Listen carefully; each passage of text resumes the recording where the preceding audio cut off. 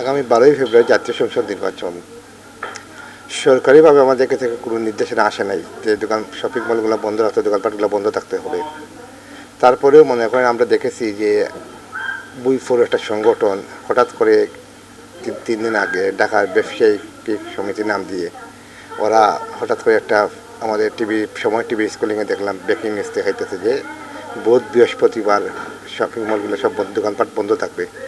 এটা শোনার পরে আমি যেহেতু বাংলাদেশ দোকান মালিক সমিতির কেন্দ্রীয় যুগ্ম মহাসচিব, আমার কেন্দ্রের সাথে আমি যোগাযোগ করলাম। ওনারা বলছেন যে আমরা এদের কোনো সিদ্ধান্ত নেই নাই, যে সংগঠনটা এটা নির্দেশ দিয়েছে ওনাদের কোনো রেজিস্ট্রেশন নম্বরই নাই।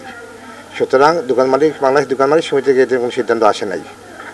তারপরে আমরা সিলেট জেলা বাংলাদেশ দোকান মালিক সমিতির পক্ষ থেকে আমরা সিলেট মহানগরের ব্যবসায়ী দেখেছে বলেছি, যেহেতু নির্বাচনের দিন প্রতিটা দোকানের স্টাফ আছে, যারা আছে তারা ভোটের অধিকার আছে, সবাই ভোট দেওয়ার অধিকার আছে। আর সাধারণত গাড়িগুলো যাতায়াতের ব্যবস্থা নির্দিষ্টভাবে থাকে, সুতরাং কাস্টমার আনাগোনা তখন কম থাকে। শুধু আমরা আগামী বৃহস্পতিবার 12ই ফেব্রুয়ারি বৃহস্পতিবার যেটা, এই দিন শুধু মার্কেটটা শপিং মলগুলো দোকানপাটগুলো বন্ধ থাকবে, শপিংগুলো বন্ধ থাকবে।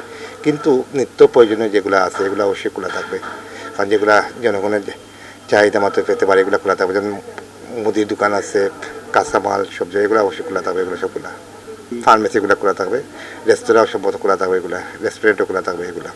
এগুলো যেমন আমার মনে হয় এখান থেকে এগুলোকে এখন নিজস্ব প্রতিটা মার্কেট সমিতি এখন নিজস্ব সিদ্ধান্ত। তো আমরা বাংলাদেশ দোকান মালিক সমিতির পক্ষ থেকে অনুরোধ জানাবো যে শপিং মলগুলো নির্বাচনের দিন বন্ধ রাখার জন্য, শুধু আগামী বৃহস্পতিবার 12ই ফেব্রুয়ারি শুধু একদিনে বন্ধ থাকবে না। এগুলো শুধু একটা বিভ্রান্তি ছড়ানো হচ্ছে, এটা সঠিক না।